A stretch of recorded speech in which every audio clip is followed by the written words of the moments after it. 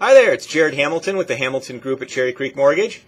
Rockies open today, so today I've got the Rockies mug for Java with Jared. So let's hope we have a fun baseball season this year.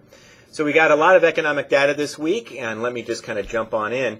Rates finished the week better than where they were last week, but with a whole lot of volatility. So let me explain what happened. On Monday, we saw the ISM, Institute of Supply Management, they released the PMI, which is a Purchasers Management Index, and a number above 50 expresses some economic expansion, and we came in right at expectations at about 53.4, so it shows slight expansion. Now then on Tuesday, interest rates got hammered, and the reason that they got hammered is because the Federal Reserve released the minutes for the last FOMC meeting, the Federal Open Market Committee meeting.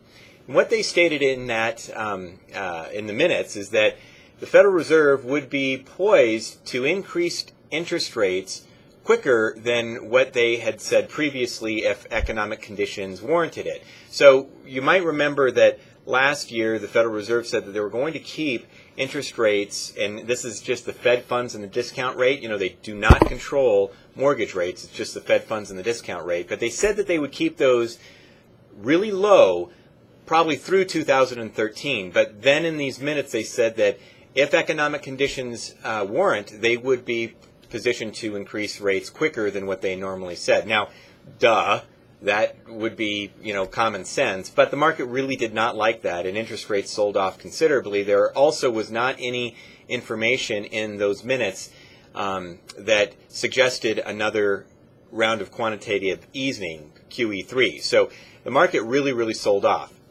Now then on Wednesday it improved a little bit because what was going on in Europe. Spain, and if you're tired of hearing about Greece, good news, you probably won't have to hear about Greece as much anymore, but now you're going to be hearing about Spain, Italy, and Portugal, because they are really now going to be on the forefront of the Europe economic crisis, which could spill over to the whole global economy. But Spain had a bond issue, and they need to raise a whole lot of money because their GDP to debt ratio is extremely high. That bond issue did not go well, so it brought, again, to the forefront the problems going on in Europe. And so then the market improved a little bit. Now, Wednesday we saw the ADP, which is the big paycheck company, and they have their own employment report that's released right before the Fed's employment report. But that showed that a little bit weaker than expected, 200 jobs added to the economy. But the big news was today. It was the jobs reports. And so here's what the jobs report said. First of all, market expectations were for about 200,000 jobs added to the economy. It came in a lot lower than expected, only at about 120,000 jobs added to the economy. Now, the unemployment rate went from 8.3 down to 8.2. And you might wonder, well, okay, how does that happen?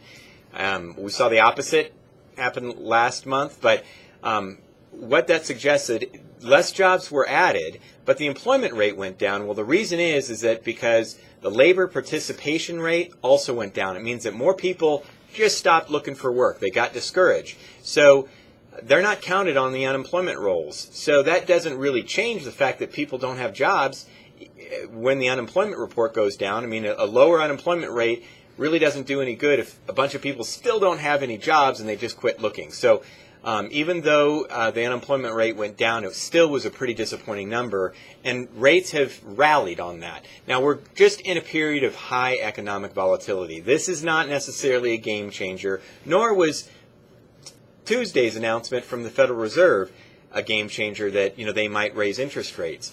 But the market is just going seesawing back and forth. So generally speaking, our advice to our clients is that if you like the interest rate, lock it in. There's a lot of volatility. And that's really going to be kind of the mantra going forward. But interest rates are still really great. So that's what's going on with the jobs report.